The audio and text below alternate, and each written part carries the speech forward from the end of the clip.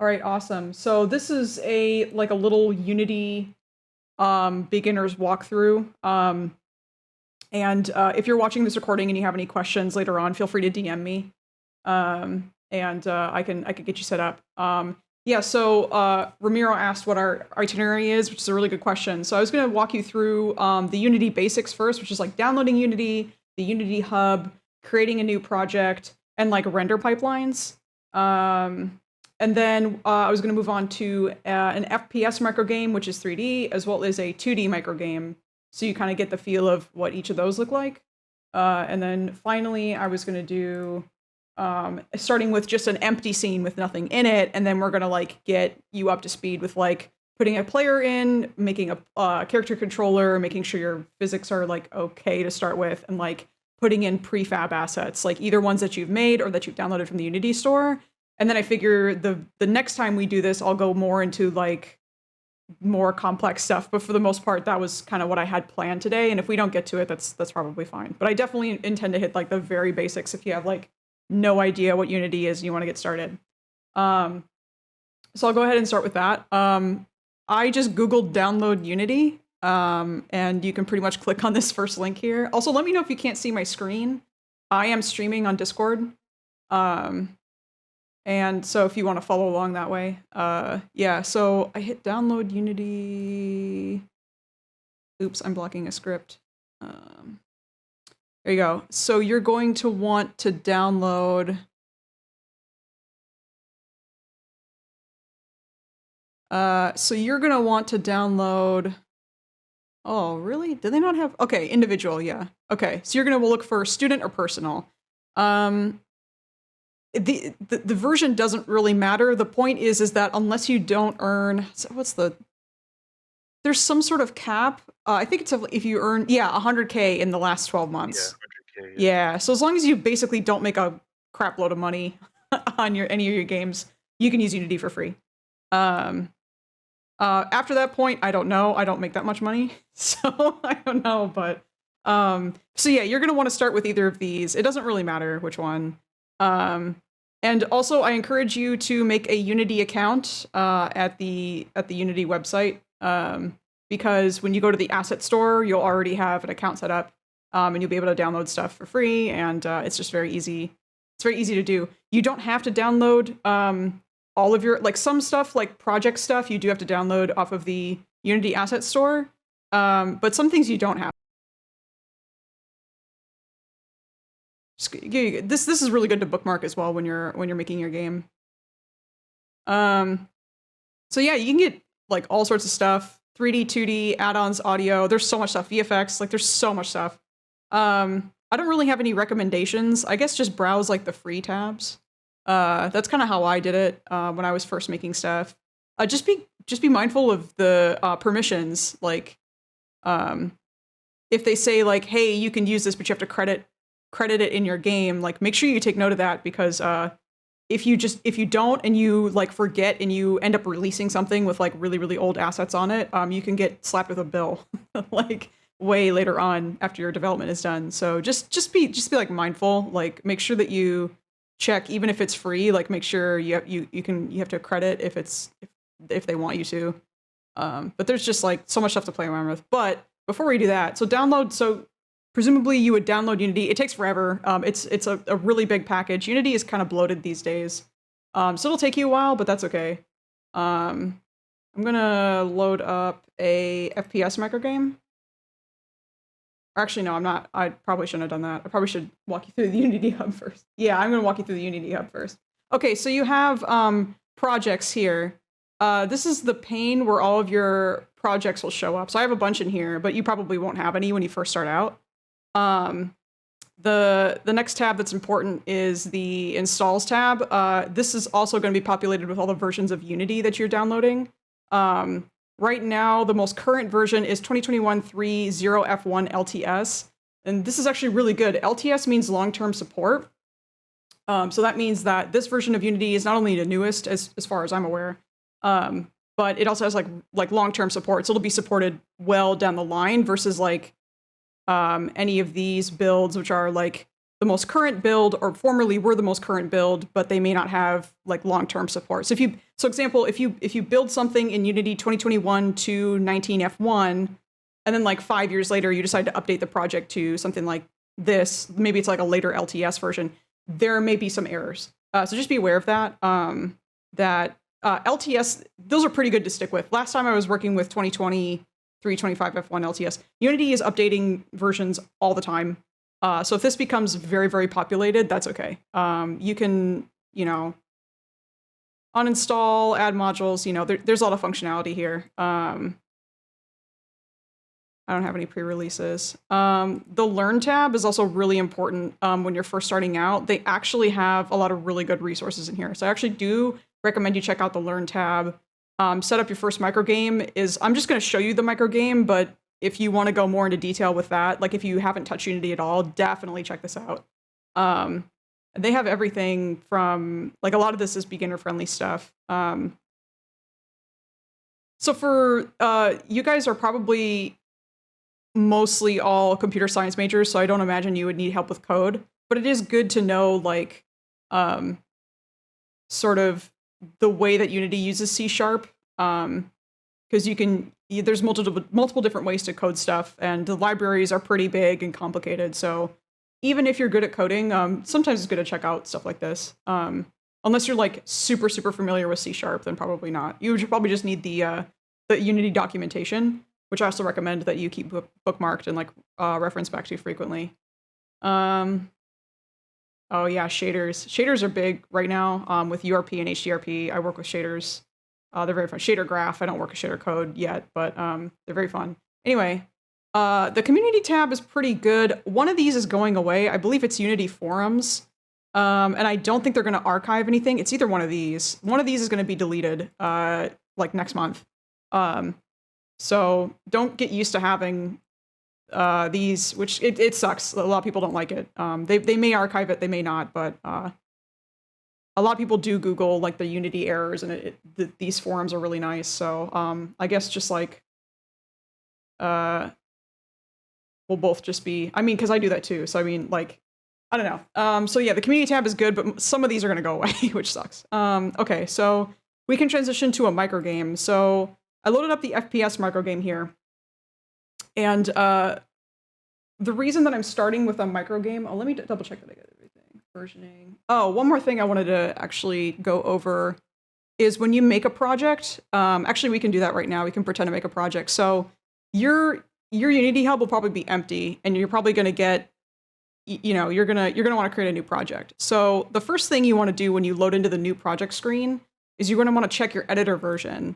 And if you haven't had an editor installed in that previous installs tab, you're not going to have any of these in the dropdown. So do make sure that you download at least one. I recommend the LTS, but if you want to do like the latest, I don't know if it's the latest one or not, but if you want to do the latest, like go for it, whatever you want. But just make sure that you have editor versions in here. I highly recommend LTS. It'll be easier for you. 2D core and 3D core. What that means is it's just the core pipeline. Don't worry too much about what that means right now. Basically, there's just no bells and whistles. It's just very basic. So you can upgrade to something called URP and HDRP. HDRP is only available in 3D. What these mean, URP is Universal Render Pipeline. So this is complicated, but it essentially means that you get to work with shader graph between both of these render pipelines, which I'll explain later. And B, it's actually you get more visual options for things like your game between like mobile and PC, for example. Like the shaders are like, you're able to do a lot more. If you don't really care about that stuff, like if you're just making like a low poly game and you're like, I don't want to work with shaders, like I just want to color stuff. I just want to like pick the color of like a building and like that's it. Like I don't want to do anything too complicated. The core render pipeline is probably just fine. But if you do want to work with shaders, if you, for example, want to like make your own VFX, like I want to make the flame effect that shoots out of the gun when it shoots, or like I want to make a game with magic where like there's like a magic swirl whenever you cast a spell, like definitely consider URP or HDRP. If you want to make like a really crazy, like advanced looking game, definitely HDRP. You want to look into tinkering with that. And then you're going to get down to the micro games. So this is how you can make your own. I literally just loaded this up into my Unity window. So if you want to play in these exact same micro games, they are the exact same. I just loaded it up, the default, everything. The FPS micro game will be 3D, and the 2D platformer game will be 2D, obviously, as the name implies. I don't have these templates downloaded, but I guess these are like sample scenes. So what that means is like, when you load in your 3D sample scene in URP, you'll actually have some 3D assets to work with versus like, if you just load this core right here, or this like basic project, it'll be empty. So this is actually good for testing like lighting right off the bat, or like post-processing or something. I don't know what these are. Well, I know what VR is, but I don't work with VR. I don't know what's the difference between third-person core and 3D. I guess maybe they give you a model. Okay, so this is more like Unreal, where they give you a character controller and a third-person perspective, which is, actually, this is really nice if you don't want to work with character controllers at all. So if you just want to do like level building in third person, then like, actually this would be good. And then I guess I have the same thing for first person, which is really, really nice, actually. I know Unreal has that. And you can do like all this stuff down here. This is just more stuff. Okay, anyway, so make sure again that you have the correct version in your dropdown, because sometimes for me, it's just like stuck on an old version. All right, so now we can go into the FPS micro game. Any questions so far? I know it was probably a little fast. Okay. Okay, good. All right, cool. So, Sorry, I was trying to press the talk, but it didn't work. sure. I do have one question for the like the third person. You said pre-configured character controller. What does that mean right there? Oh, yeah, sure. Absolutely. Character So, controller. absolutely, that's a great question. So, when you load in any of these, like 3D, SRP, 3D, or HDRP, core, whatever, these are not going to have anything in them. There's no guy running around. It's just literally a blank scene. And so if you don't know, if you're not really familiar with Unity, but you want to get started right away, but you don't really care about like, I want to make my own character and animate them and rig them and do all this stuff, then like, this can be a little bit overwhelming to be like, what do I put in there? Like, what do I do? And I can show you some tricks for that. But if you really just want to get off the ground running, this is much, much better for these, because it'll already have, it looks like a ground plane, and maybe like a couple prefab buildings, and then it'll have a character in there, which is like a mesh, like a 3D mesh, which is like basically a character. And then the controller is the script that allows the character to move. So remember too, like when you start in Unity, you have absolutely nothing. So there's nothing when you load into your sample scene in a blank project that like even lets you move around. You have to like make everything from scratch essentially. And I'll show you that when we get there a little bit later on. So if that doesn't interest you, if you're like, I want to be able to like slap something in there and be able to run around right away, like definitely these will be much, much better options. And we can explore that later as well. Okay, cool. Thank Yeah, for sure. Sorry, if I'm using any terms that confuse you, I literally forget that like some of these terms are a little bit advanced. So please stop me. I have zero qualms about that. I'll answer any questions you guys need. So yeah, this is the FPS micro game. But before we start really looking around in here, I wanted to kind of go over what all this stuff is, because you kind of load it up and you're kind of overwhelmed already. So I guess we'll start off with the hierarchy panel here on the left. This is a very typical Unity layout, by the way, but you can actually take any of these windows and dock them however you want. So there is that to mention. Oops, I think I got it. Well, I don't remember how this was set up. I guess that's fine. Yeah, so primarily, this is what your projects are going to look like when you load in. You can change your layout here. There's a bunch of different options. But first, we'll start with the hierarchy panel. So these are all of your game objects in list form. So everything that you see in the scene, why isn't this working? Everything that you see in the scene is an object, including like the UI. Like this is a UI overlay. That is also an object in this space. The background is an object. Like every single thing in here is an object. Even these, which are called empties, are objects. So essentially, this is a collection of like everything that is going on in your game currently. And this is not just limited to like, oh, I have a player, I have an enemy turret, I have a hoverbot. It also includes, like I said, your UI, Even everything down to like your post-processing is like a game object. It isn't empty. It won't appear anywhere. I mean, you can technically tack it onto an object if you really wanted to, but like even like post-processing effects, like I want my camera to have bloom or a vignette on the side or something, like that's also a game object. So this is just really useful for sort of navigating around your game project. If you want to work on different things, you just click on it. And then obviously these are drop downs. So if they have a little arrow, that means they have several different components attached to them, or I guess other game objects or empties or something. And these are all viewable. When you click on them, they're viewable in the inspector. They have properties that you can inspect. So let's take our player. And to focus on an object in Unity, you can click on it in your hierarchy panel and hit F.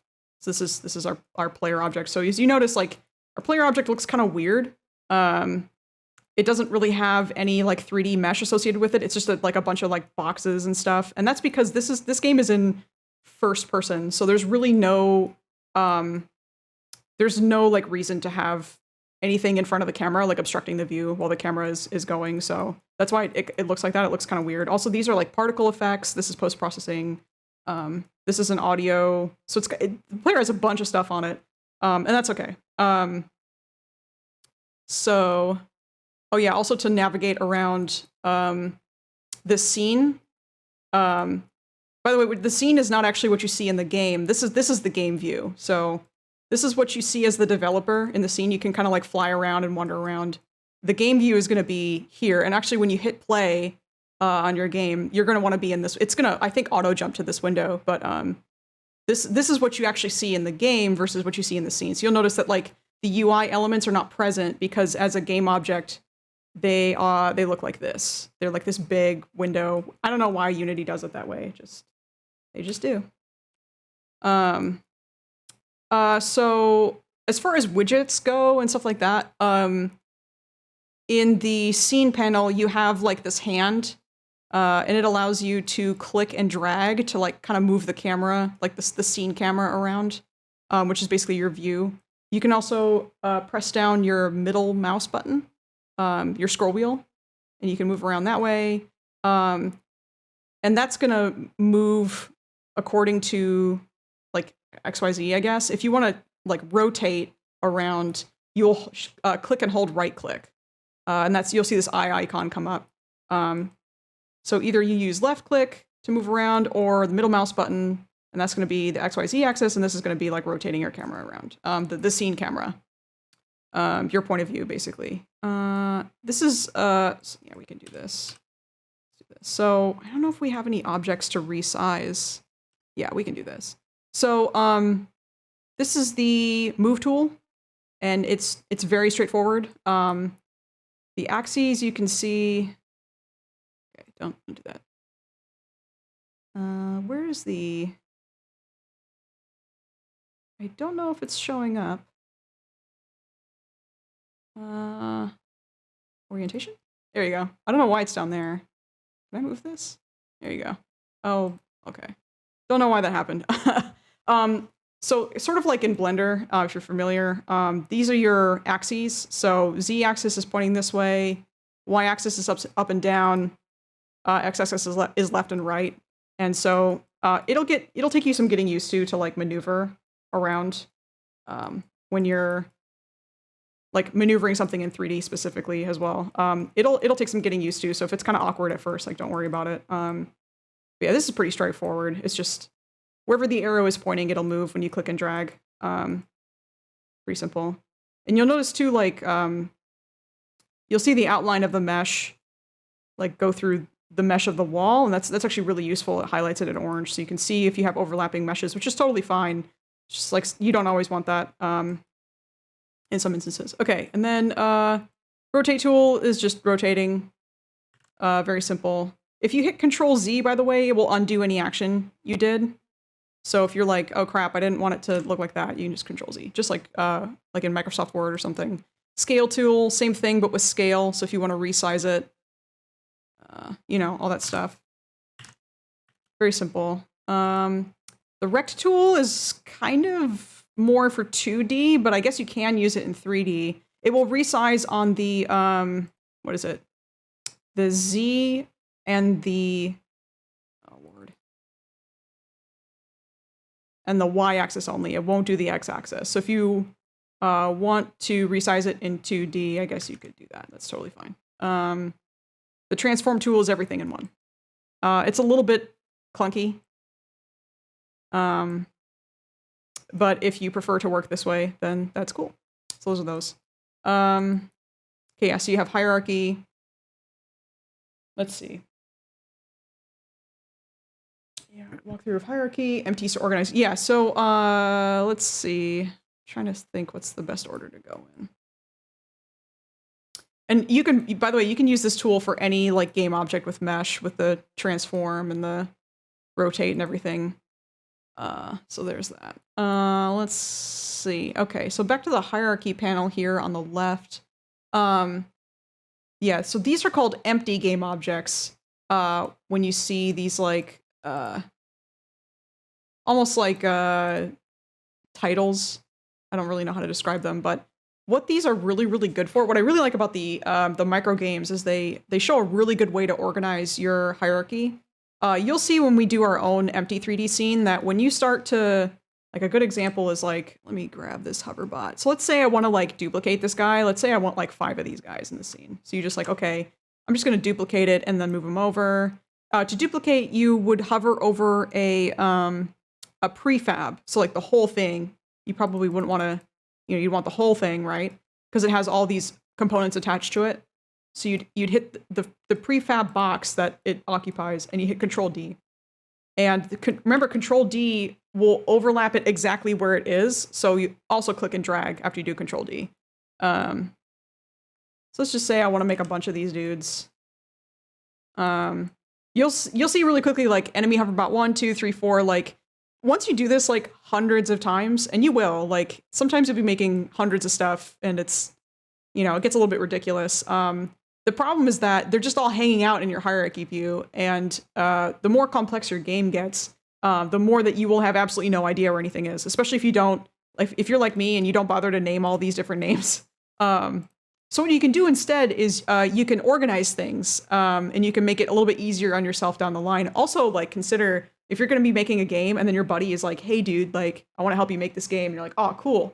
And you work on the project together, they're going to keep bugging you like, hey dude, where the hell is like enemy hoverbot 2? And you're like, oh crap, I don't know. So it's also like good in a collaborative environment to get used to organizing your stuff. So yeah, so you have a bunch of these dudes and they're hanging out in your hierarchy view, and you're like, oh man, this is like not conducive to a good workflow. So the way that they have it, you can have it set up any way you want, but the way that they have it set up in this micro game is general, player components, enemies, paths, pickups, level, and then they have the level mesh itself. So if you have a bunch of these enemy hoverbots, you should probably go back into, yeah, it looks like an enemies here. So you've effectively parented these into enemies, but then you can like, I guess this actually isn't this isn't actually parented or a child of enemies, but I prefer to do it that way. So then that way, like if you have a bunch of these bots, like let's say you have hundreds over a level, and you don't want to see them all at once, you can just click this. So a good practice is to click these and drag them into your empty, and it will do something called parent-child it. So parent-child is sort of self-explanatory. So what that means is that these are all children of whatever is on top. And essentially, if you make a change to this top component, like let's say you add a component here and you add, I don't even know what you would add, a box collider. Yeah. I think this will add a box collider to all of them. No, it won't actually. No, I'm wrong actually. Never mind. Theoretically, when you act upon the parent of the children, it would affect all the children, but I don't know if in Unity if that's always true. What I do know is that if you, so now that these are all children of enemies, right? What you can do is, enemies is the empty game object. You can affect like the transform all at once. So like, let's say you build your level, you have all these enemies, and you're like, I want to raise everyone up a level. You can do that very easily. So there's things like that you can do. It's the same thing with any of these widgets. as well. So if you wanted to rotate them all 90 degrees or something, if you wanted to scale everything up, I guess this is a transform scale, so that would be bad. Bad example. I guess you can't scale everything up. Not in quite the way you would think. Not in quite the most intuitive way. I don't recommend doing it this way anyway. But yeah, you can do stuff like that. So that's a really, really important part of the FPS microgame, and the microgames in general, is showing you how the common ways to organize things. Really, really important. Okay, so some of these don't make any sense. You're like, what is VFX dust and lava? You know, what is nav mesh surface? What is event system? Don't worry about that stuff quite yet. It's just to make sure that the game is like complete and playable. Complete and playable games are quite complicated. You might be surprised to see. So if you don't understand everything, that's okay. You'll get there. Let's see. What am I missing? This was current render pipelines. Save layouts. Yeah. Okay, and then yeah, the last thing I wanted to highlight for the microgame specifically, or no, actually, let me go into the inspector panel. Actually, that's probably a next good place to start. So additionally, let's go back to like our player. Where's our player? There we go. Focus with F. So for any object, you'll also have the inspector panel. That's like all of the stuff attached. Oh, this is a lot. So don't get overwhelmed. Normally they look something like this. Let's just create like a capsule. And yeah, okay, cool. That's fine. This is fine. So you just created like a normal capsule. It has a mesh attached to it already, so it looks like something instead of just being invisible. No. Okay, there you go. So normally it would look something like this. You would spawn in a game object like a primitive in Unity. A primitive just means like it's a really, really basic shape. So you can see in the inspector panel, it has a transform. This is its position in the world. And you can toggle any of these. You can type in a number. I don't know where it went now. Okay, cool. So this is probably closer to world origin. 000 will be world origin. It is good to start building there. Keep an eye on your position and rotation and scale as you're developing, because you'll lose things, and it's easy to kind of get bent out of shape and be like, oh my gosh, what's the scale of this and that? And so it is good to keep an eye on these things. So the mesh filter is just I don't actually know what the mesh filter is. I guess it's just like the shape of it. The mesh renderer is just like how it looks. So if you toggle this off, you'll see that you can't see an object. This actually won't appear in your game. All these lines and like these parts of the widget, they won't appear. So it's invisible. So the mesh renderer is basically everything that has to do with how it looks. You have materials associated with it, which I'll go over later. You can do lighting settings, light probes if you have them. And then something called a capsule collider. And the capsule collider, a collider is like,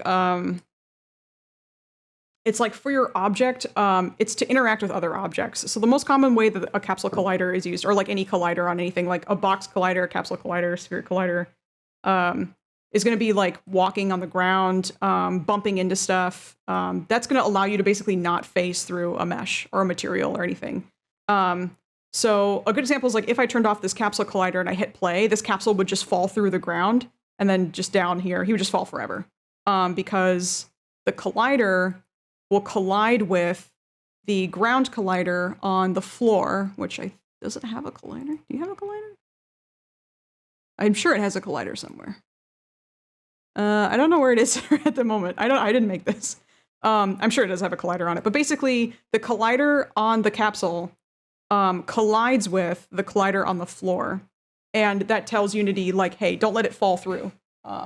Make sure you do something instead. So it's an essential part of game dev is like making sure that you have colliders on stuff that you don't want to just like have things phase through, if that makes any sense at all. I don't know if I'm really good at explaining it. So that's, yeah. And you can add other components. There's tons and tons of stuff. Audio, effects, events. There's so much stuff. I would definitely recommend you keep it simple at first. Most of what you're going to be adding when you're first starting out is scripts, to do custom things with in C#. You would be adding colliders. They don't already have one. Primitives usually have colliders on them, but sometimes they don't. And you would also be adding a rigid body sometimes. So if you want anything to do with physics on your objects, if you want this thing to bounce around and you want to be able to tell Unity, like, hey, use this equation to calculate the trajectory, of like how it hits this wall and bounces off, you would want a rigid body.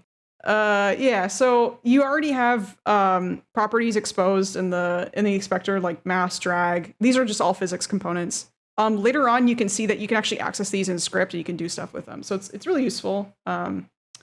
Anyway, so let's just toggle this off. Okay, so let's get to the best part about. Also, let me delete these guys. They're probably gonna like spit out an error or something, probably. So the best part about the Unity microgames is you can literally jump in. Where's our player? There we are. You can literally jump into the game and you can hit this play button. So the play button will start the game and the pause button will pause it. You can just automatically hit play and play the game. Everything is like pre-set up for you so that you can just start playing it. I don't know if you can hear the sound. I don't know if it really matters. But already, like, I'm running around. I can jump. I can shoot my gun. Oh, my character controller is messed up, and I do not know why. That's very strange. I'm sure it is something that I did. Yeah, maybe it's one of the things that you might have toggled with. Probably. I tend to break things a lot in Unity. But yeah, so the benefit of this is that right away you can jump in. Normally it would work flawlessly. So you can automatically just jump in and just play the game that like is showing. And so the cool thing about that, and if you follow the tutorials on this pane, by the way, this will come up when you first install the project. None of these will be completed. I completed a couple of these a while back. But it'll walk you through a lot of the stuff that I'm already walking you through as well, and they'll probably explain it better than me. So it is worth. Nah, don't do that. It is probably worth. It's definitely worth going through these. So the cool thing is, like, you can change the color of certain things, and like you can see it in real time. Like, you can see it. I don't know if there's like a good. Maybe this guy's better. This guy is better, I think, because he's bigger. Okay, perfect. So yeah, so we have this mesh here. So say you wanted this guy to be like red, and we'll go over materials a little bit later on, but you can very easily do that. So like you'll go down here to, this guy has a turret body shader. Here we go.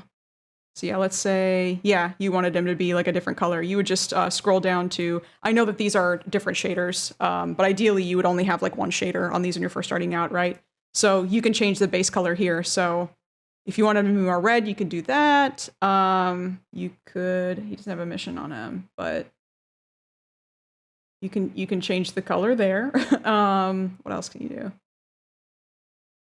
Yeah, so stuff like that. He doesn't, yeah, you could change the smoothness. So like he can go from looking more metallic to looking more like shiny.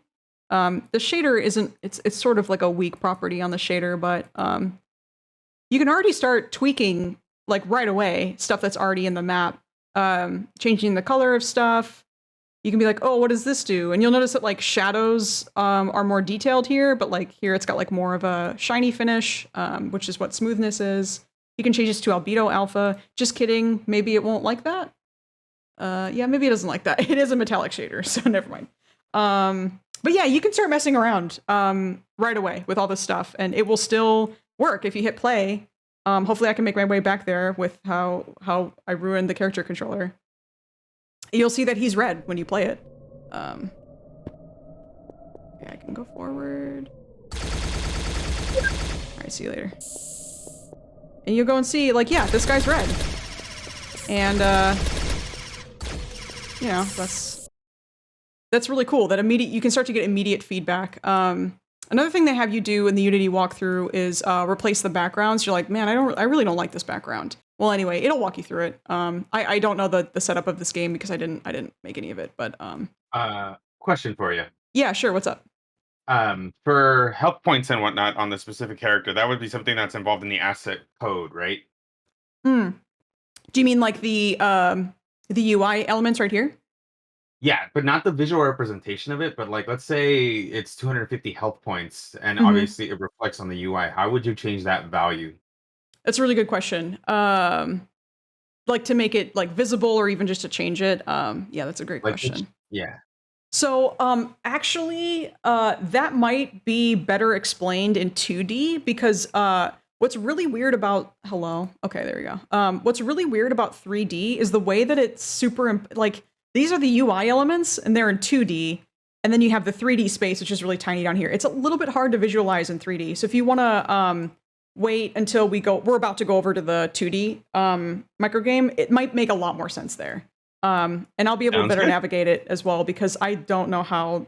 Like, I'm actually not that good at 3D UI as well. It's as you can see, it's kind of confusing the way that they do everything. The way they render everything together is kind of confusing. Let me think if there's anything else that's. So it looks like they hide a lot of the functionality in the FPS microgame just so that they don't overwhelm you. So when you load up an empty Unity scene, there might be a lot more going on in your panel here. That's okay. Just take everything one step at a time. And if you have any questions, reach out and I'll try to help explain it. Also, like the Unity tutorials will explain everything. And also, if you get super lost, at the end of this, I'll give you some tutorial channels you can follow. And they'll walk you through like really, really basic elements and they'll cover everything that I didn't cover today. Because this is just like a super rudimentary covering of everything. I'm not an expert by any means. But hopefully it's a refresher by the time you get around to like an actual tutorial by a professional. All right, so yeah, this is the 3D FPS microgame.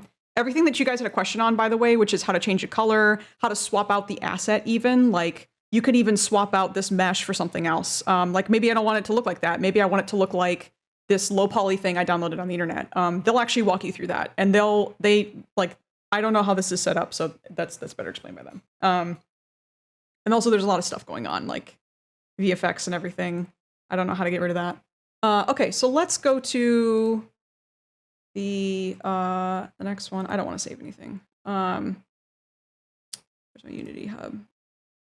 Let's see. Cancel. Let's go to the 2D platform microgame. So this is the 2D pre-made project. And it's the exact same sort of like idea of the FPS microgame, which is everything's playable immediately. You can hit play as soon as you drop in there and like everything's good to go. Usually it's like one finished level with some like unfinished aspects that you can tweak. That's the whole point of the micro games, is that they'll walk you through like completing the level or adding your own stuff, which is really cool. It's giving you a little bit of everything like basic to start off with.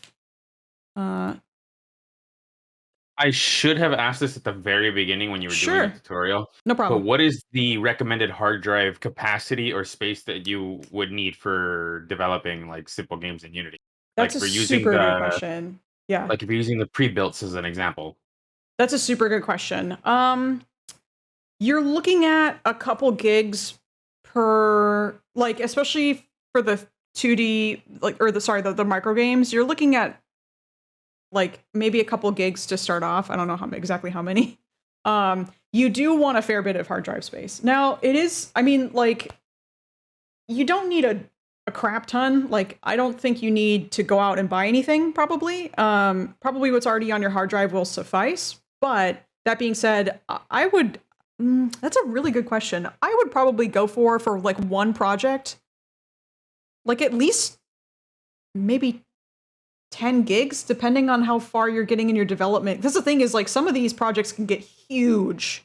Especially if you're like collaborating and stuff. If you're first starting out, I would at least leave like maybe 5 gigs open. And Unity will tell you if there's not enough memory or hard drive space. It'll let you know if there's not enough stuff to go on. But yeah, at least that much. And I mean, I have a huge hard drive, so I I don't really worry about it. Also, the other thing that I recommend is you can definitely develop on a laptop. Your load times will probably be longer and your compile times will probably be longer, but Unity is flexible enough where you can develop on a laptop. I wouldn't recommend something with like a really old graphics card. It's just going to be a pain to do anything. It certainly is possible though, especially for something like 2D, very low quality, like that's certainly possible. But I recommend you use your best machine. I recommend at least like a medium capable rig, like something that's at least fairly capable of like schoolwork and stuff, like the same sort of thing. Like rendering Zoom videos or YouTube videos and all that stuff. And playing video games, obviously.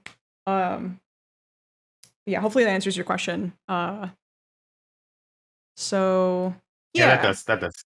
Yeah, for sure. I would at least do, to start off, like 5 to 15 gigs. And then obviously with 3D, that multiplies pretty quickly. And then as you develop more and more, you're going to want, more and more space. But anyway, you'll get a good feel for that as you delete projects like I did. Like I would constantly start and delete stuff because I'd mess it up. And I'd be like, oh, okay, this takes forever to delete because there's so many 3D assets in the scene that I generated. And I get a good feel of like how big it is as well. Okay, so this is the 2D platformer micro game. And again, you can hit play and jump right in. I don't know if you guys can hear the sound on here. You don't really need to, but it has sound and everything. That's kind of loud. And everything works, like from the death and respawn and everything, and it has an ending to the level. I'm terrible at platformers, so I'm not going to embarrass myself. But there is there's like a level win sequence over here. And yeah, this is like a really basic 2D platformer setup. There's a dude down here, and there's some like extra assets you can play with. The game reminds me of Mario, like yeah, the two-dimensional version. Exactly, very reminiscent. But kind of like a little bit of a modular design as well, which is really nice. I'm not going to get super into 2D today. I will if you want me to, like in later sessions, if this is an ongoing thing. I'm actually not very good at 2D, but I have messed around with it and I have made my own 2D stuff. It's just not what I'm most comfortable in, but I can definitely show you the ropes, and then hopefully from there you kind of get your footing. But what I can describe is that this you'll notice right away, this is a much more simple project. 2D projects tend to be a little bit more simple. There's a lot less going on here. There's not really any overarching like empties that are like, that are like, what is it called? Organizing the scene a certain way. But you can start doing that. I mean, you can just do this, and there's 2 other cameras here, it looks like. Yeah, so you can start, you can do that if you want. That's what I really like about the 3D platformer, or the 3D micro game, is that it shows you hierarchy, cleanup, basically. You don't really have to do it, but it is nice. Anyway, so let's see. What are we looking at here? UI canvas. Yeah, so UI is really strange. Even though it's easier to understand in 2D because everything's on a flat plane, it is still a little bit weird. I will do my best to explain it, but you're probably not going to understand it right off the bat, and that's totally fine. It's just kind of a complicated thing. I don't know how it is on Unreal, but I do know in Unity is just kind of weird. So a UI canvas is a game object. You can create one by right-clicking on the hierarchy and saying create. This creation menu is down here, UI, and eventually you would start off with a canvas. So think of your canvas as like a literal canvas, like you put the paint on it, and the canvas like holds all the paint. That's exactly what's going on here. So you'd start with an empty canvas, right? And it brings up this like window. This is a big window. Oh boy. It's a big old window. Wow. Huge. Okay. Oh, is that? Okay. Well, that's fine. So this is what's rendering on the overlay. This is the canvas. And so you can see it's really, I don't know. It's really weird. I don't really get it. Okay, so you got your UI canvas, right? And then say you want some text to appear on it. You would right click on canvas to make sure it's a child of the canvas parent. You go down to UI again. You'd select, there's this whole thing about Text Mesh Pro that I'll get into later, but you would select text from Text Mesh Pro and not text from anywhere. Actually, I don't. Yeah, you wouldn't choose from the legacy menu, basically. Here's your text. It's very small, so you can. Where's the canvas? There it is. You can change these properties. You can also change this in code, by the way, which I can show you later on. So you do something like health, and you can put this like at the top of the canvas. I don't remember. There's a better way to do this. Anyway, well, this is how you would do it. There's a better way to do it. Please forgive me if this is not a very good explanation, but I want this to show up in the game. Yeah, okay, so you can see it here. So let me just make this a little bit more readable. Let's make it like bold. Let's make it like size 50. Maybe even like 75, yeah. Okay, great. So you can see here, what about shadows? Can I do shadows? Somewhere in there I can do shadow. Oh, you can do an outline. There you go. Yeah, so you can do, there's all these properties in your text that you can toggle. You can also do different fonts as well. I have a couple different fonts that are not in this project, but there are a couple default ones. So if you want to change those around, you can add your own as well. I can do that in a later session. I do know how to add them. I'm very, very rusty on these. But anyway, so you'll see that here's your canvas, right?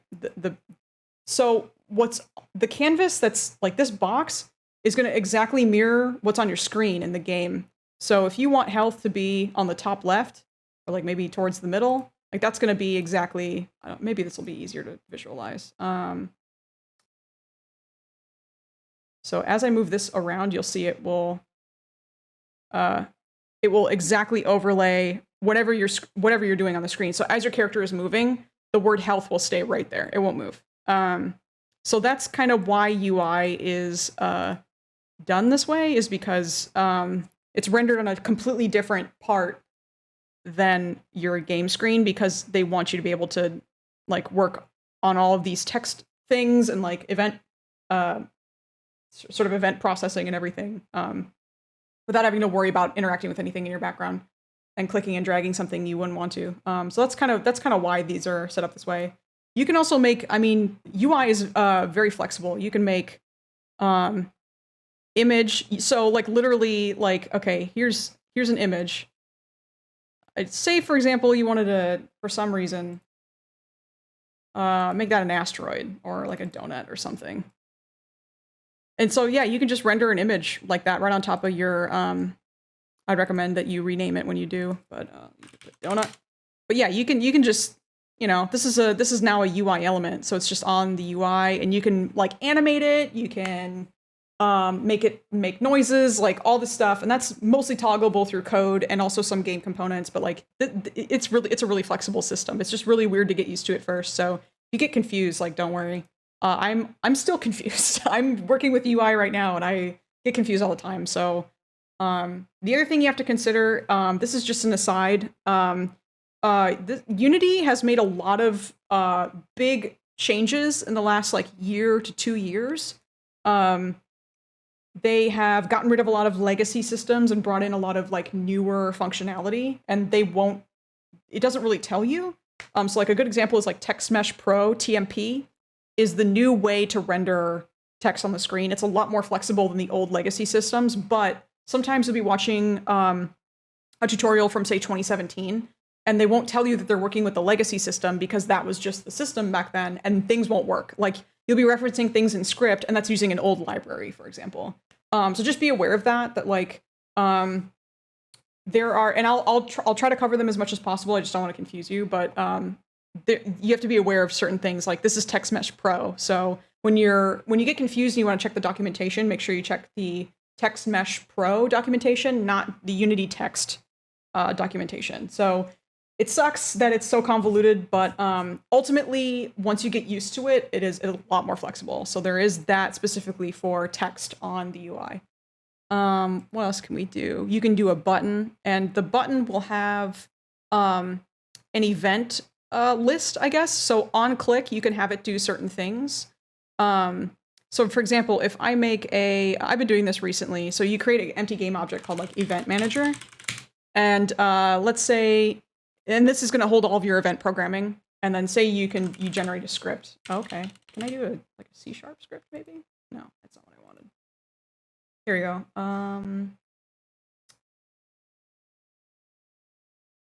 Oh, they changed the way that this works. Anyway, so you can just do it this way. If you create, if you right click in your, I did not go over the project panel. My apologies. I'll do that next. So you go into scripts and you do not that. Create a C# script. Let's say this is the event manager or event manager script, whatever you want to call it. You can actually place this on the script class cannot be found. Huh? What do you mean? Is it because I misspelled it? There are no compiler errors. Oh, what is going on? That's weird. Also, I gotta open a VS Code window because it will try to pop it into. Here we go. I don't know why that. Why did that give me that error? Okay, there it is. Okay, that was a weird error. So you can create game objects and then attach scripts to them, like just dragging and dropping. You can also do add component scripts, and then sometimes your scripts will show up in here. Usually they do. So there's that. And then what was I gonna do? Oh yeah, pressing a button. Why did you add it twice? Get out of here. I don't know if I'll code a whole button event programming right now, but you can basically in the code be like, okay, every time you can make a event handle instead of like start and update, which are aren't really used in this context. And I'll go over that maybe if we have time later. And you can say, hey, every time the button is pressed, like spawn a donut or something, like whatever, or like a star, whatever you want. And then if you go to where was it? Your button here. Yeah, and then you go on click. It'll be looking for an object with a script attached to it, right? So you have your event manager here. Let me just write a bogus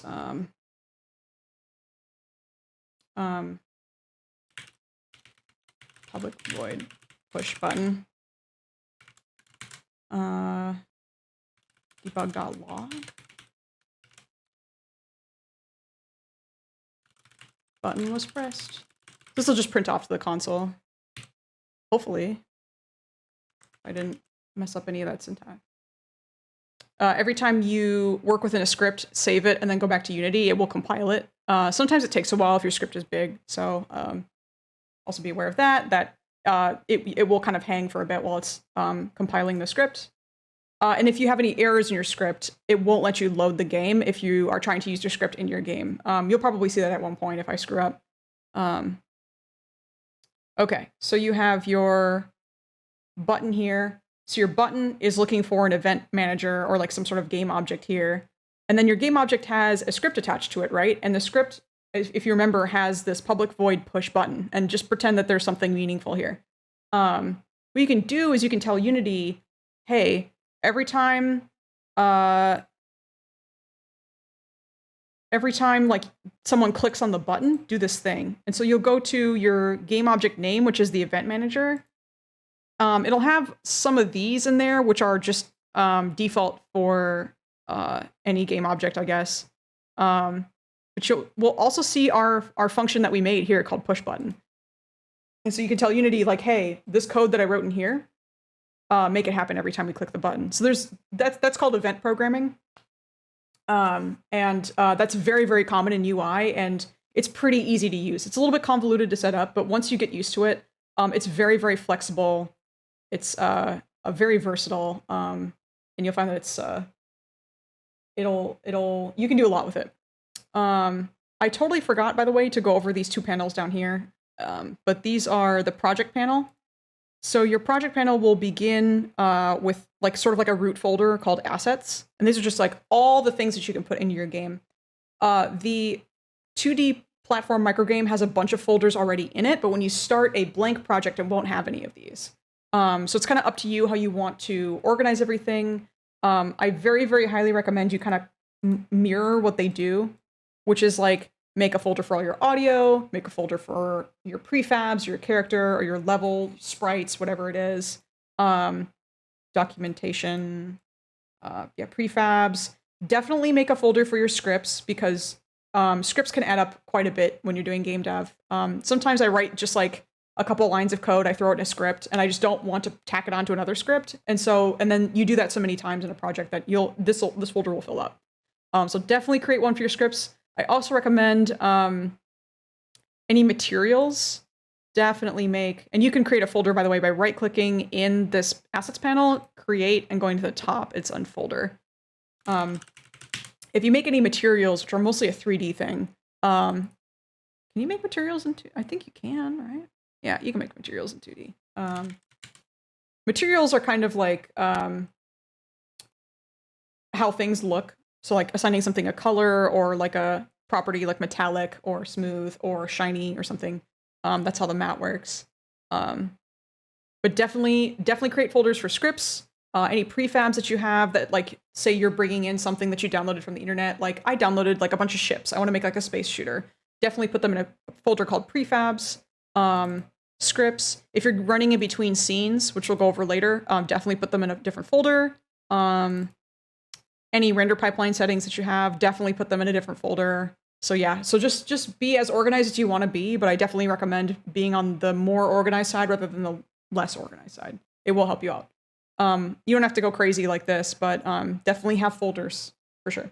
And then your console is going to be anything in your project that's going to render. So like any shader code, any C# scripts that you write or that you bring into your project as well. Anything that Unity is going to want to render out is going to show up in this console. If it has like an error or if you have debug.log or something, it's going to show up here. Sometimes you get like a boatload of warnings because Unity's stuff is so bloated, and especially if you're porting in stuff that you didn't make, you're going to get like warnings all over the place. So just hit clear. Sometimes you'll get errors too, and you can clear them. But if something's not clearing after you hit clear, and you press play and it will not allow you to play, that is an error that you have to fix. The compiler won't let you play the game. So either you have to take the script off, delete the script, change the script, or something to that effect. I guess if you're running your game and you have like tons and tons of errors, you can do an error pause, which is kind of nice, actually. I didn't know that you could do that. And there's some more options here that you can have. So yeah, that's kind of the overview. All right. Any questions so far? Yeah, I do have one question. Are we only limited to C# if we wanted to put something from C# into Unity, or are we allowed to use other languages like C++, Python, Java? Yeah, that's a super good question. Anything having to do with the game engine, unfortunately, you do have to stick to C#. However, I believe with plugins and with like different, like if you're getting on more on the dev side of like making like packages, I think some of that supports Python and Java, especially there's definitely plugins that support, like, for a good example is a web server. A lot of games utilize a web server to, like, they'll ping something for like an image or, you know, all sorts of stuff using JavaScript. And so definitely the asset that you're working with may use Python, may use JavaScript, but unfortunately anything that you're using to interface with Unity does have to be in C#. So like if you want to change this health number dynamically while the player is collecting items, like that's going to have to be in C#. But you're not limited to C# if you have like an outside plugin that, like, I don't know, I can't even think of a good example. I guess like, pings a web server or something. Like that obviously doesn't have to be in C#. As long as when it gets back to Unity, it is, I guess, like what ultimately gets put towards the compiler is C#, which, to be honest with you, I haven't really worked with any, like, working in the engine myself. I never really worked on a game engine. But yeah, as long as the Unity compiler, it you know, gets it back, that's good. But anyway, yeah, hopefully that answers your question. Unfortunately, yeah, you're going to be working with C# in Unity. What I will say is that if you know C++, a lot of that is in C#. You can kind of have that flexibility a little bit. If you know C++ as well, C# won't be hard to learn. It's pretty simple. C# is kind of like object-oriented programming along with all the other stuff that like C has. So I think you'll find it pretty useful, pretty robust. So hopefully that helps you out. Okay. Anything else before we move on? All good? And if I forget anything and you're like, hey, what's that thing? Like, just let me know. I forget all the time. Anyway, okay, so those are the microgames. Definitely work through the tutorials. Definitely play around with all this stuff, like delete this guy and see what happens, like mess up something on a script and see what happens. Like you'll definitely mess up a lot. The last thing I'll say is that if you get any console errors and you get really, really stuck, just go ahead and Google it. You'll be surprised at how common those kinds of roadblocks are, and you might get your answer right away. And if you don't, I can try to help you out, or the documentation might have an answer. So don't feel like when you hit a snag anywhere that like it's unfixable. More likely, if you're a beginner developer, someone else has had that problem. And the later on you get down the line, the more comfortable you'll get with like the documentation and everything. So don't get discouraged if something doesn't work and it breaks right away. The best part about the microgames, you can just delete the old microgame, load up a new one, and just pretend it never happened. So that'll definitely work. Everything will revert back to being playable and totally functional. Okay, so let me double check I have everything here. Yeah, 2D. I went through UI. I guess the other thing with 2D is that you're not going to be working with game objects. You're going to be working with sprites. You can have game objects. You can actually. The cool thing is like you actually can work in 3D in 2D. Like you can do like isometric games and stuff like that. I personally don't know anything about that, but I do know it's possible. They have hidden the widget up here, I think. I don't know if I can. Oh yeah, right here. So yeah, so right here. This widget will lock you to 2D. So while you're working on any of your sprites, this will basically keep it in 2D mode, which you want. But let's say you want to switch to isometric mode. You can totally do that. Now this is a 3D rendering of what you're seeing in 2D. And there's definitely, I know tons of games have been developed in 2D, but using 3D in Unity. So if it hurts your brain, that's okay. Just know that that's possible if you want to do that later on down the line. I wouldn't recommend right off the bat making something like that, but you can. It's totally possible. This is also possible in 3D as well. You can develop something in 3D using only locked to 2D, and then like be like, oh, I'm just kidding. I want to switch to 3D. So the flexibility is there. So don't feel like you have to start a 2D game and you can only do 2D. Like you can definitely mess around and do some experimental stuff. The engine will let you do that. Don't worry about any of these widgets. When you do the Unity tutorials, they'll explain everything and in much more detail. And I didn't really pay attention to any of that when I first started. So, yeah, I guess I won't go over the camera just yet. I think the sprites explanation was probably fine. To be honest, I actually don't really know how some of this stuff is. 2D. Yeah, okay, cool, that's fine. I'll work more with 2D and I'll get back to you guys if you have any more questions. But anyway, all right. So now let's just jump into an empty 3D scene. I won't save. And I will jump into a new 3D project, which has some stuff in it from earlier that I was messing around with, but we'll make a new scene and we'll get rid of all of it.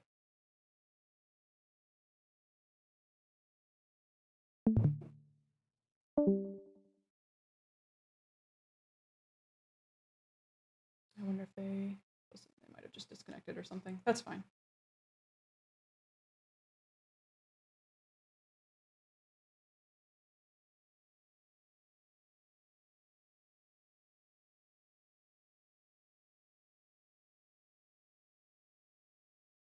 So yeah, if none of that made sense earlier, that's okay, because it's going to start to make a lot more sense now.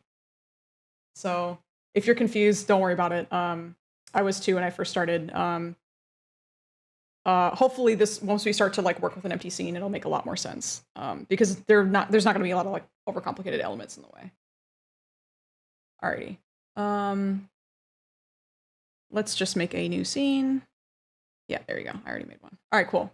So when you load up into Unity for the first time, with the exception of these folders that I made already, this is what you're gonna see. It's just completely empty. Nothing is in here except for a skybox in the back. This is called a skybox, a camera, literally a camera and a directional light, and that's it. So if you hit play, you'll notice that like absolutely nothing happens. Like there's nothing going on. So if I click and I move around with WASD, absolutely nothing happens. That's because there's just nothing in your game. So yeah, let me just do this. This is fine. Camera's at 0, 0, right? It's at -10. That's okay. Let's focus on the camera. So that's totally fine because we'll start filling it with stuff and we'll get a project set up. But majority of the time when you're doing a project, you're gonna start with an empty scene like this. So the first thing you'll want is to put stuff in your scene to work with. The very first thing you'd probably want to do is make a ground plane. That's what I do. Like, even if I'm not working with a ground plane at all, I always just make a ground plane just to like test the lighting and everything. So how you're going to do that is you're going to go to your hierarchy window here. You're going to right click, and you're going to go to 3D object, and you're going to create a plane. And so that's immediately going to spawn in a flat plane. It's only got like, what do you call it? X and Z. There's nothing on the Y axis, right? So yeah, so this can essentially work as your ground plane. So if you want to change the size of your ground plane, that is totally possible. Unity, what is going on? Thank you. So to change the size of your ground plane, I actually don't quite know. I think because the way the mesh is rendered, you'd probably have to use it through scale. So let's say I wanted it to be much smaller. You could do like 0.5, 0.5, and 0.5. Well, you wouldn't really need 0.5 on the Y. This is like just 1 or something, but it can't be 0, I guess. But because this is a plane, this won't have anything on the Y axis. It's not a cube. It's just a plane. So if you do anything other than 0, I guess negative numbers probably won't work either. Yeah, negative doesn't work.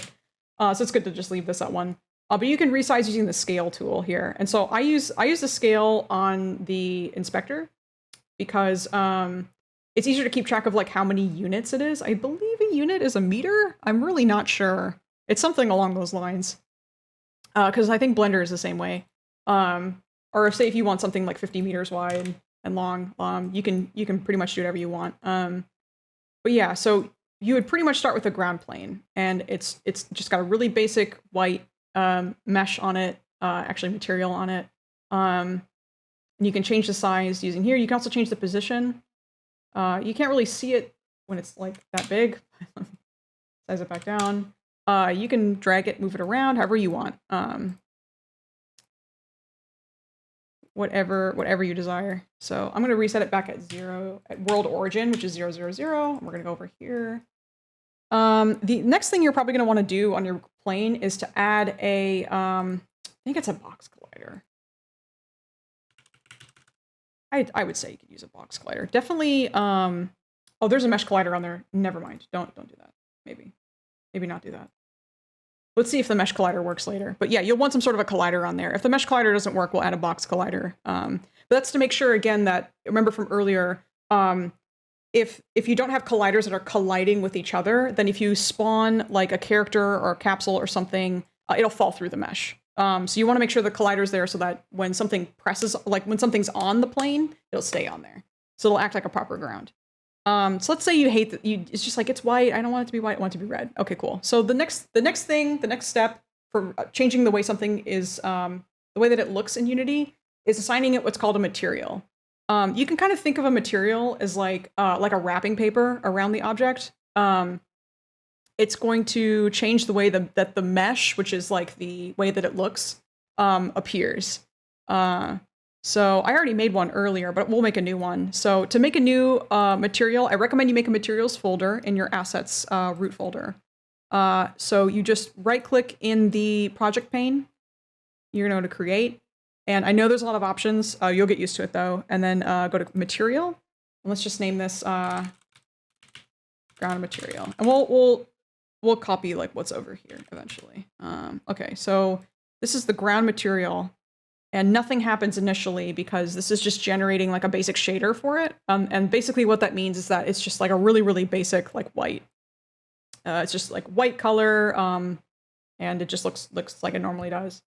So say you want this to kind of look like maybe like a low poly dirt or something. That's totally feasible. So the first thing you're gonna do is create a material. We'll call this ground material. The next thing you're gonna want to do is assign the material to the object. So you can do this 2 different ways. You can either click and drag onto the object in the scene pane. You can also go and do that up in the hierarchy. But how you'll know if it happened is if you go to your plane, or I guess we can rename this to ground. Yeah, let's do that. Okay, well, there you go. If you click on ground and you go to the inspector panel, you'll see right here that ground material is on there. If you name this like dirt material or something, like that should show up. It should say standard shader as well. If you're using the regular 3D pipeline. You can probably... Oh, yeah, speculars. No, you want to. Okay, so yeah, so now whatever you do, the material will reflect onto the object. If you forget to do that later, just drag and drop, and it'll reflect on there. So rendering mode has to do with how it's rendered, so how it looks to the player. You're going to want your ground to be opaque. If you work with the transparency, you get like a transparent shader would be good for like water, for example, because you have some transparency options like alpha, and then you can do like color on top of that. So it'll look like slightly clear or like transparent or something. I don't know what these other ones are. You want to make sure it's opaque. So albedo is basically color. Just think of the word albedo as color. That's like the scientific name for color, I guess. I guess it includes transparency as well. So say you want something that looks like dirt. So I have in here a texture that I already imported, but I'll show you how to do that. So I have in my file explorer, let me just bring it up here. I have in my file explorer, I have like a bunch of textures in here, but what you'll want to do, actually, let's just go look for one on the internet. Make sure you say seamless, and you'll see what I mean when you download it. This is the one I downloaded earlier. This one. I wouldn't recommend this. This might not be like releasable for a game, so I would probably have to check the Creative Commons. But you just do save as, save it in whatever folder. Like I have mine in my downloads folder, and then I actually have it in my texture folder here. And you would just drag it from your texture folder into the Unity project panel right there, and it'll show up. I definitely recommend you make a textures folder and put it into a texture folder. And you'll see now that this is imported as a texture. So before you do anything, you want to make sure that you go to, actually, I don't know if you need to do this anymore. I don't think you actually need to do this anymore. If your texture isn't working in Unity for whatever reason, go back here to your textures, click on your texture, go over to texture type, and hit 2D and UI. And for some reason, sometimes Unity won't render a sprite, won't render something unless it's a sprite or vice versa. A sprite or vice versa. We're just gonna go ahead and convert this to a sprite and hit apply. Sometimes it'll just work and sometimes it won't. I guess this is just a default and this is a sprite, so we can see which one works, I guess. So we're gonna go back to our materials and we're gonna say, okay, this new ground material that we made, we're gonna go to the albedo and click this like little circle here. And you'll see right here that both of these show up. So this is the texture 2D. I actually don't know which is which. I think this is the normal. Oh, I guess it's showing up anyway. I guess either one works. Okay, that's good to know. So now you notice that now what we downloaded from the internet is now on the plane. It might not look exactly the way you want it to, but it did put the picture onto the object, which is really cool. So that's a great way to start, is to like download free stuff from the internet and put it in your project. I think what I did earlier is I rotated this a bit so it looked like kind of what we downloaded. If you look up, like that's kind of what we downloaded. It does look a little bit mute. Like it doesn't look as vibrant as it does in the texture here. And that's probably because of the lighting settings. So if it doesn't look 1-to-1, that's okay. Usually it's just because of lighting. And I don't think we're going to get into lighting anytime soon. It's quite complicated. So if it doesn't look exactly the way you want it to, feel free to like tinker a bit, but don't get too discouraged because lighting is incredibly complicated. So sometimes just like getting stuff onto the object is good enough, like essentially. But let's see. So we have ground matte here. I think part of it is because of the smoothness. Yeah. So you can change settings like smoothness. There's a ground material preview down here, so you can kind of visualize a little bit better what's going on. So smoothness is essentially how shiny the object is. One being like almost like a mirror. Everything will be reflected, not real time, not with this shader, but it will reflect like any of the light in the scene. That's like, I guess, pre-baked or whatever. And then if you turn the smoothness all the way to 0, that's like a very rough material. So that's like good for a ground material, I would say. I wonder if I turn the alpha. Nope. Okay. You can affect the metallicness. Okay, that's pretty good. So if you want it to be slightly darker, you would affect the metallic part of this. But these are just like really basic shader components. Metallic would be like all the way to 1 would be like a, I don't know, something like the hood of a car. And all the way here would be like dirt. Don't worry about all these things like normal map. These are pretty sort of advanced shader things, more advanced shader things. Emission, that's just if it gives off light. Don't worry about that yet. This is probably not a lit shader, or maybe it is. I don't know. Whatever. Anyway, the other thing that you want to take a look at is tiling and offset. So sometimes so like a good example is like, this is, if your player character is like, this tall, it's pretty stretched out. And essentially if the image that you're putting onto the plane is like, it's too stretched out, it might be like pixelated, like there might be some like artifacting or whatever. So you can actually tile this down or up depending on what you want it to look like. So for example, if I want this to be more tiled, I would increase the number on the X and the Y axis. Why isn't this working? Oh, that's a secondary map, sorry. This is you want to do the main map here. All right, there you go. So we can squish this down so that the higher you go on the X axis, the more it's like squishing into it. So we can increase this to like 10 and we can increase the Y to 10. So it just does the same thing on the Y axis and the X axis. So here's the reason why you'd want to look for seamless is you'll notice that between seams, which is like when one image ends and the other appears, it's totally, there's no interruptions. If you don't have a seamless texture, you will literally see like a seam. So like it will, I don't know if there's a good example in here. Actually, I think there is. So a good example is like, I'm just going to drag in this palm texture here. That's a web image. Never mind. Let's go with this. There you go. 2D should be fine. And let's go back to our mat and say like, okay, just kidding. I don't want that material. I want this one. So immediately you'll see what I mean, where now that it's repeating, there's like a mismatch. And that's because it's not a seamless texture.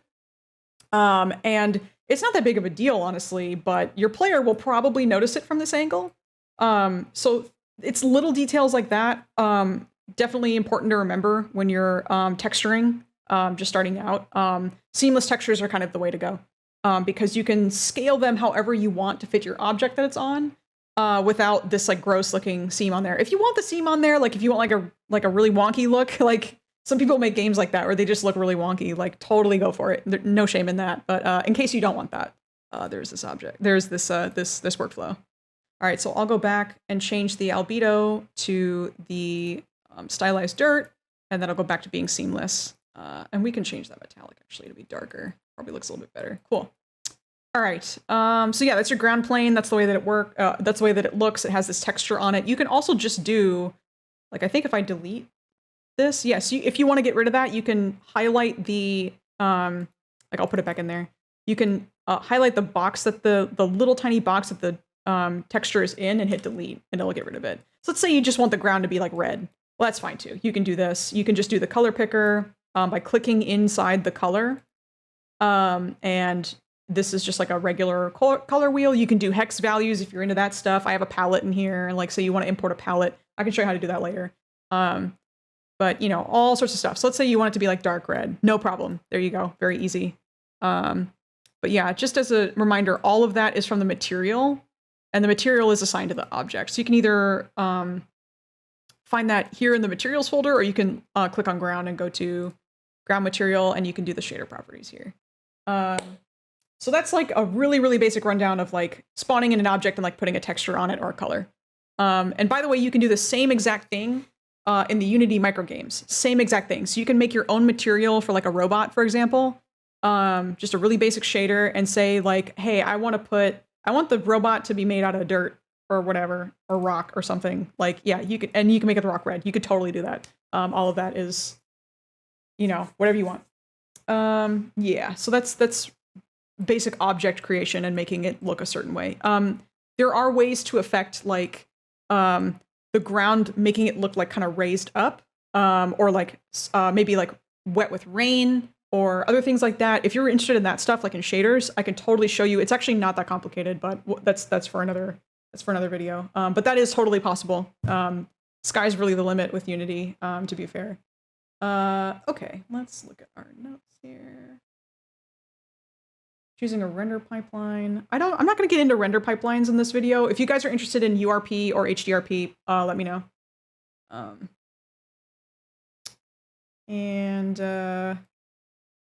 Yeah, seamless textures. Okay, so let's add a player.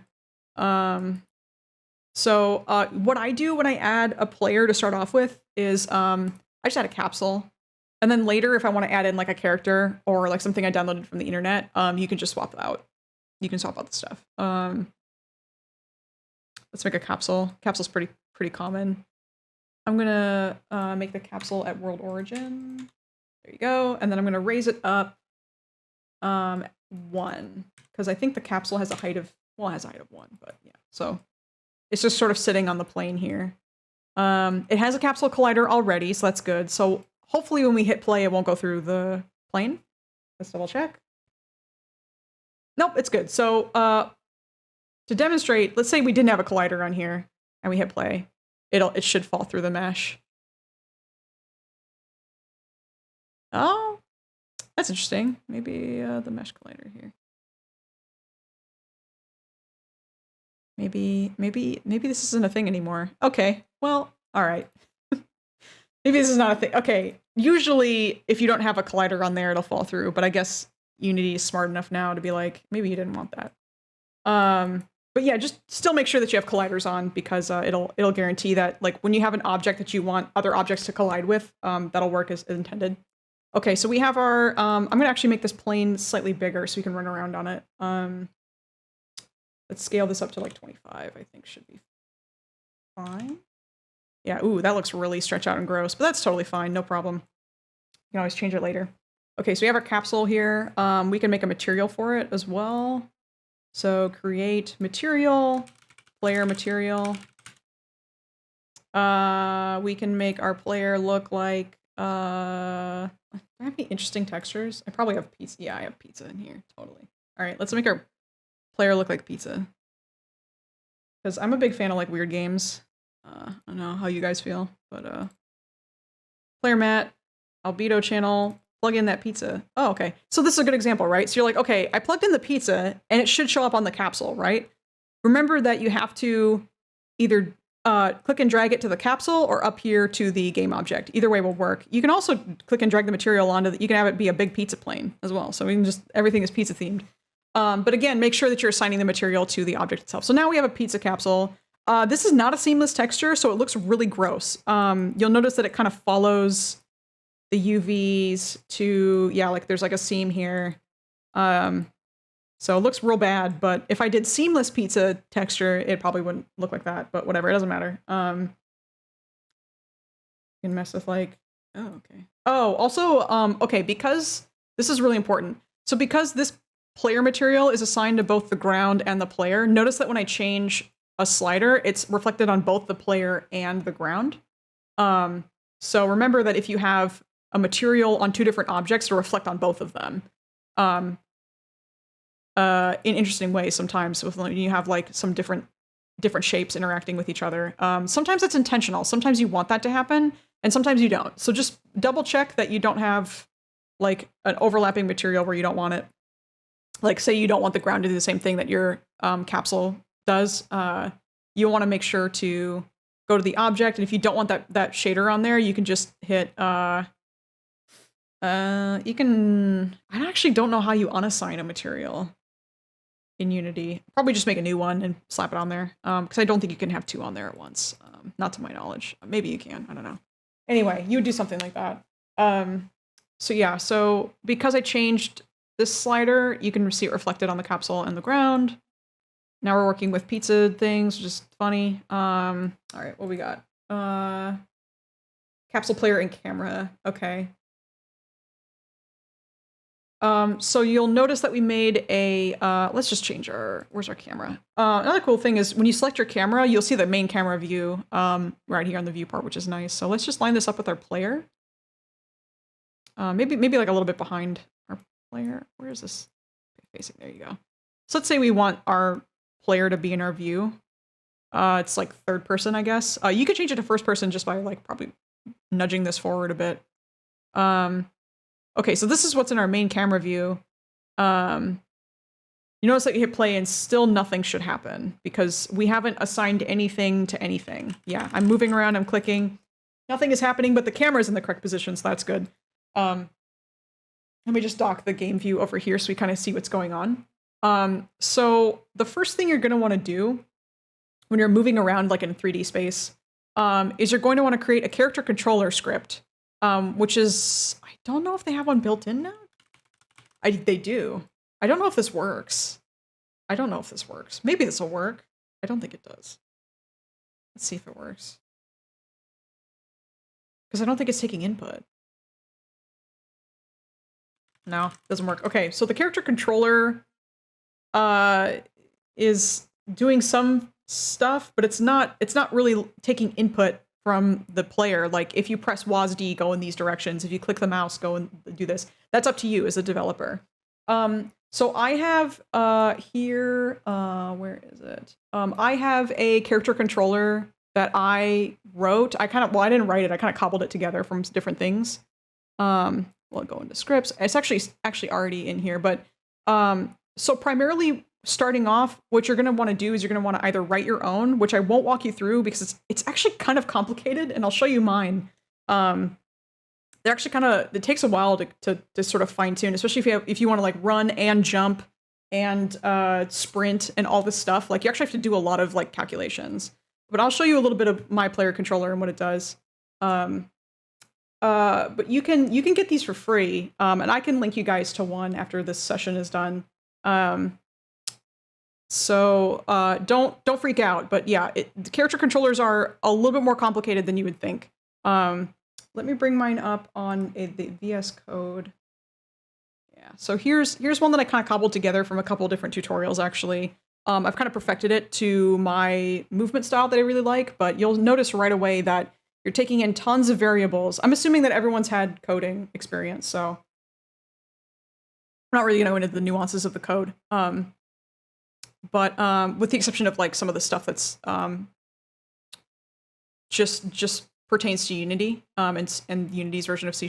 But like serialized field is going to make the stuff visible in the inspector. So what this means is that these variables are being initialized here in the script, and then once you attach it to a player, let's do our capsule here.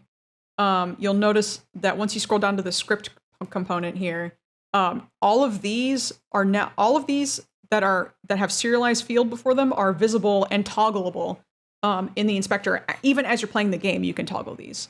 So that's what serialized field is really, really good for if you want to be able to toggle something while you're playing the game or while you're in dev mode and you don't want to go back and forth into the script. So this is really, really good. We'll go more into code later. You can also just do public float all this stuff, and public will also make it editable here. Serialized field is good for, I think, some data hiding stuff, so I'm not really sure. So yeah, we have some jump functionality here. You'll notice that jump functionality, you have to have a ground mask, something called a ground mask, a layer mask, because you have to do a ground check. You have to say, like, is the player, because you don't want them to infinitely jump, right? Because that's like in older games, sometimes you'll have like a jump glitch where you can infinitely jump. This will kind of make sure your player can't do that. Or like, it's like if the player is currently in the air, they can't jump again. They're doing a ground check. You'll get the character controller component, which is used to control the player after you take in like the input and everything and you calculate it. Update, there's some jump functionality there. Camera pitch, this is just to make sure that when you move your mouse, the player is looking in that direction. So I can demonstrate some of this, hopefully, if this works. Might be a little wonky.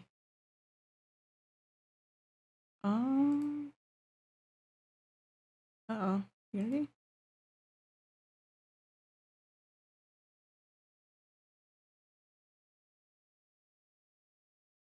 Oh, I got an error. Hold on. Oh, character controller hasn't been assigned. Okay, so you'll notice I have an error here. Yeah, so you'll notice, okay, so I have some errors here. This is good. This is good. So if I hit clear, they'll go away. I don't know if I can bring them back, but what that basically said was, hey, you have some fields in here that don't have anything in them, and so that means that the script won't do anything. That's why that's why it was an error. It wasn't a compiler error. I was able to compile and run the game, but it was like, hey, your script isn't doing anything right now. So my script takes in a player camera, which I usually parent to player so that it follows the player around. And then I will put this into, oh, it disappeared. There you go. We'll scroll down to script. We'll put the main camera into the player camera slot. So now that is the player camera. So now that should work. There's also ground mask is nothing. This is a little bit advanced, but what that means is there's a layer mask here. So you have all these layers, right? You can edit layers. I already edited in ground. Okay, sick, cool. So you're basically telling the character controller script like, hey, this is what you look for. Anything that's tagged with the ground layer, which this layer is now the ground layer. That's where you're going to do your ground check, and that's for the jump functionality. So ground check is going to be ground.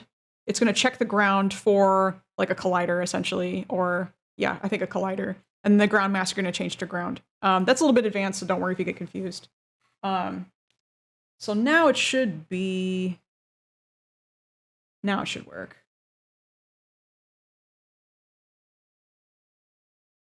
Okay, yeah. So earlier in the code, you saw that whenever I point the mouse in a certain direction, it's going to update and it's going to look in that direction. So this is working as intended. You'll see in the game view as well over here that like things are working. And if I move forward, you'll see that I move out of the view of the, like if I move over here, I'll move out of view. That's because the scene camera doesn't move unless you move it. But you'll see in my game, I'm moving around and everything. So that's cool. I also have some jump functionality and some sprint functionality. But you can, I mean, this is definitely something you can find on like Unity tutorials on the internet. So I will link you guys to all the stuff that I used to make my own character controller. You can also just get them for free off the Unity asset store. They're very, very simple. The only thing that's required is a character controller component. Sometimes they don't even require that, but it helps a lot. A character controller component on your player, whatever it is, your player model, a collider, and then yeah, sometimes it has like camera if you want to do like third person stuff, and then ground check if you want to do jump. So I'm not gonna, again, this is like kind of complicated. Like I could walk you through this whole script, but it's already kind of late. But just know that like if you want to fine tune movement, you're gonna have to code something like this, and it can get kind of complicated. I mean, this was a lot of code for me. I don't know. I'm not that good at coding. There's that. Let's see. Okay, so you have your player object running around with the camera following it. And one more thing I wanted to mention actually is if you notice here, let me change the code. You'll notice something. Actually, it was actually kind of, so I actually didn't really see it in my scene, but you might see it after you build something, or you might even just see it right off the bat in your scene. But sometimes you'll notice when you're moving your character in Unity, it has like this really choppy movement. Like it's like it's like a very jagged kind of movement. It doesn't look right, basically. So it's not smooth like it is right now. If you run into that issue, it's a very, very easy fix. It's called like camera jittering, I think. And it's because the camera is lagging behind the player as it's updating the player's position. I don't have an example of it because for some reason in my project, it's working beautifully. I guess I don't have a lot of stuff going on, but the bigger your project will get, that might happen. Also, if your lighting is really complicated. So what you would do is you would go to whatever you would use in your update method, you would just change it to fixed update. And what that does is it, like, I guess kind of interpolates the movement. And it'll make it so it's a lot smoother. I wonder if that'll change the movement. I don't think it will. It might.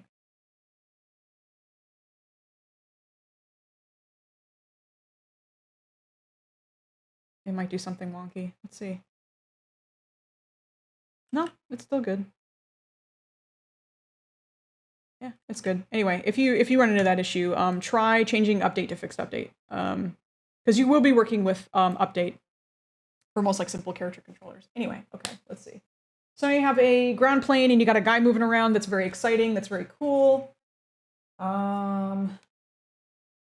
Let's see. Oh, also, if you run into the issue of like, hey, I put a character controller on my guy, everything's perfect, but okay, let's do this. So you're like, hey, my guy's moving around, but my camera isn't. Like here. Like, oh, hey, there he goes, but the camera's not following him? That's so weird. What I do to remedy that situation is I just drag my main camera over the player, or I guess in this case, the capsule, and now the capsule's the parent of the camera. And so what that means is that when the player moves, the camera moves. And you can move them independently in the scene view, but in the game view, they will not move independently. So that just makes sure that, oh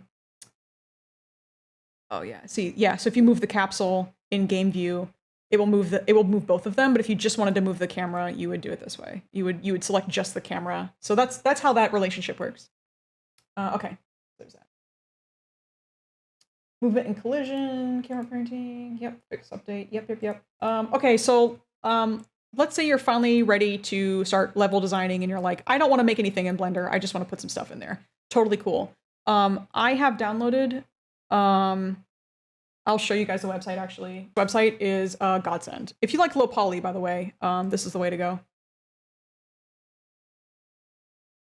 And so this person is a like a free master pack master. Like I've been using Kenny's stuff forever.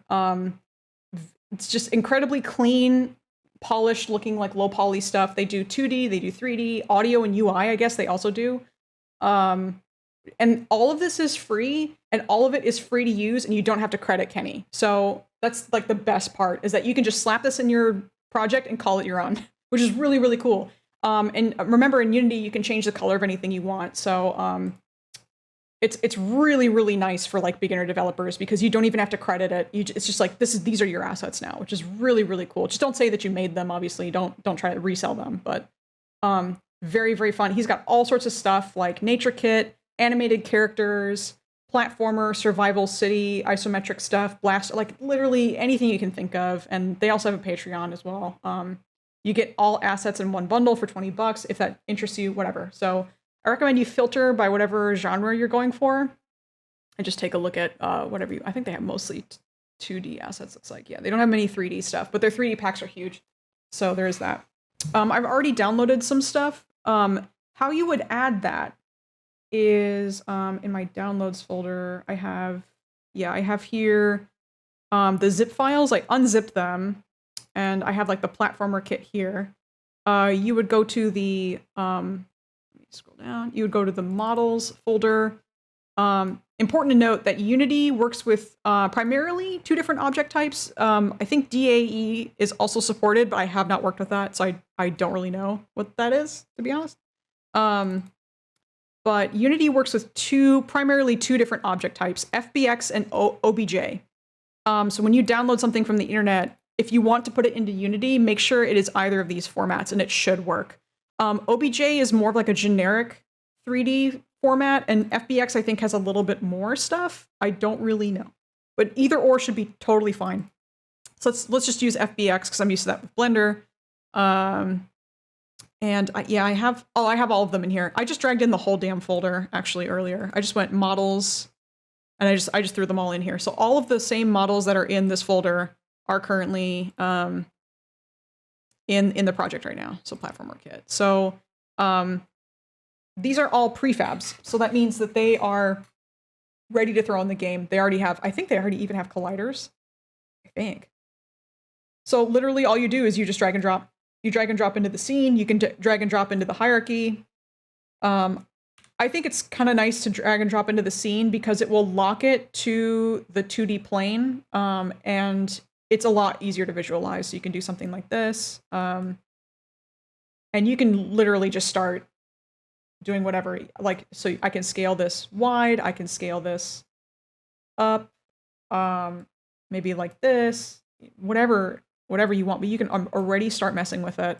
I don't know if these already have materials on them, but you could make your own material again. This is not quite, doesn't quite work in the same way. Oh, it does. It's just, oh my goodness, that scale is really wonky. Okay, cool. But you can immediately like, okay, I want this to be red material, let's make a new material. If you don't like the way that it looks, you can immediately start changing it with materials. So you can do create material, let's do green material, whatever you want. Honestly, people have different workflows. Let's say you want something to look like a rock. So you do the rock albedo, throw it on there. So that tile is really strange. Why is it so small? Oh, I wonder if they're sized up.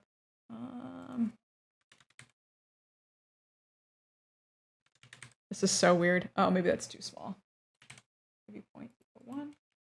Yeah, okay, there you go. So 0.5? Yeah, 0.5 looks good. Okay, there you go. So now it looks like a rock. And maybe you want the top to look like a pizza? I don't know. Whatever you want. You can already start like mixing and matching and doing whatever you desire. Yeah, it'll by the way, your texture will stretch if you stretch the mesh of the material, but you'll learn that as you go. So then I think these have mesh colliders, so they should work. I don't know if it will. Let's see. Here they are. Oh my goodness. Okay, so you'll notice that I go right through it. That it doesn't have a collider on it. The mesh collider isn't the right collider that we want. So if you're having this problem in your game, no problem. This is an issue of colliders. So we have a collider on our capsule here. We just need a collider on this object. Your best bet is to go with the shape of the object. So for example, these are kind of box-like. So if you highlight the block or whatever it is, click on it, go to add component and just type in box collider. It'll sort of stretch the box to encompass most of the object, and that Unity does that automatically, which is really, really nice.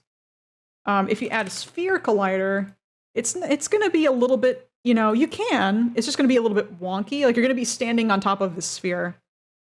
So you can definitely add different shapes. I recommend you go with the one that mimics the shape of it the most. When you're working with low poly, it'll be pretty primitive stuff. You can actually edit the collider here. So like, let's say I wanted this to be slightly more down. Like I wanted to kind of stand in the grass. You could totally do that. You can just click and drag this face of the box collider down.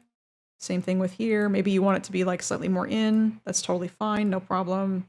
You can edit the collider there. And then when you're done editing the collider, you can uncheck that. And then this should work with the character controller.